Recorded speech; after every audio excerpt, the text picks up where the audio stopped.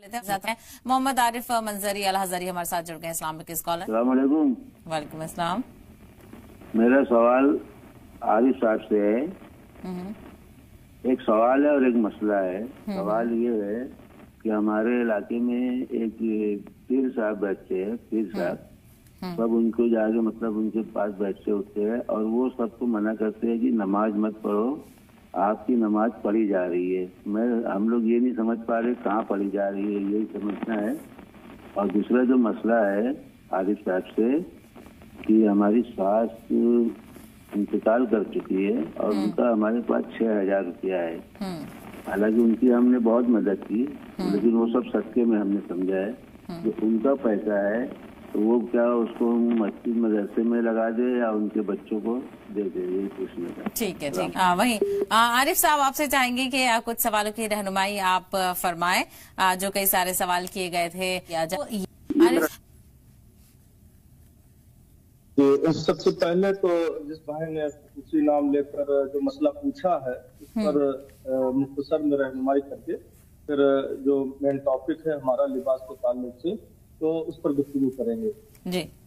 तो हमारे भाई ने पूछा है कि एक शेख साहब है, पीर साहब है और उनके एक हल्का इरादत है, मुरीदीन है और उनका ये कहना है कि नमाज मत पढ़ो, नमाज पढ़ी जा रही है। तो कहना चाहेंगे पूरी कौम से, पूरी मिल्लत से कि ऐसे बहरूपियों से और ऐसे जो है फासिकीन और फाजिरीन से बचकर रहें। ये शेख को छोड़िए, एक सच्चे मुसलमान भी नहीं हो सकते हैं।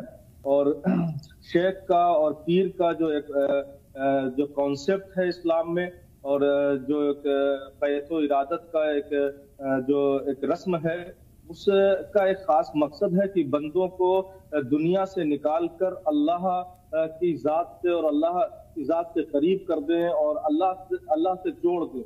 दुनिया से ताल्लुक हटाकर अल्लाह से उसका ताल्लुक जोड़ दें। और अल्लाह रब्बुल इज्जत ने कुरान पाक में बेशुमार जगह जो है नमाज की ताकीद फरमाई है। अकीमुस्सलात व आतुज़ ज़कात, अकीमुस्सलात लिज़िक्री, कि नमाज कायम करो मेरे जिक्र के लिए, नमाज कायम करो, नमाज कायम करो। और सरकार मदीना सल्लल्लाहु अलैहि वसल्लम ने इरशाद फरमाया है, नमाज मेरी आंखों की ठंडक है। अस्सलातु मेराजुल मोमिनीन, नमाज मोमिनीन की मेराज है।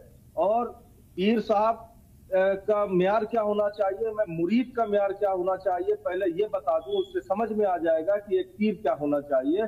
और ऐसे पीरों के करीब बैठना उठना सब हराम है जो आपको दीन से दूर करे। तरीकत के नाम से शरीयत को पसे पुष्ट डाल दें। और ये याद रखें, शरीयत को छोड़कर ना कोई तरीकत है, ना कोई हकीकत है, ना कोई मार्फत है।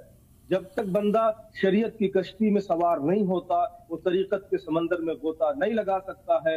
और जब वो तरीकत के समंदर में गोता लगा ही नहीं सकता है तो वो हकीकत का मोती पाकर और तलाश करके वो मार्फत तक नहीं पहुंच सकता है। लिहाजा ऐसे लोगों से बचकर रहें। साहिब आदाबुल मुरीदीन, एक किताब है आदाबुल मुरीदीन, उसमें शेख अब्दुल नजीब सोहरवर्दी रहमतुल्लाह अलैह एक मुरीद की सिफत क्या होनी चाहिए, मुरीद क्या है, मुरीद का एक का मकाम क्या है, कैटेगरी क्या है और मुरीद किसको कहते हैं वो बताते हैं। तो मुरीद जो है ये अरबी का लफ्ज है अरादा युरीदो से, इसके माना होता है चाहने वाला।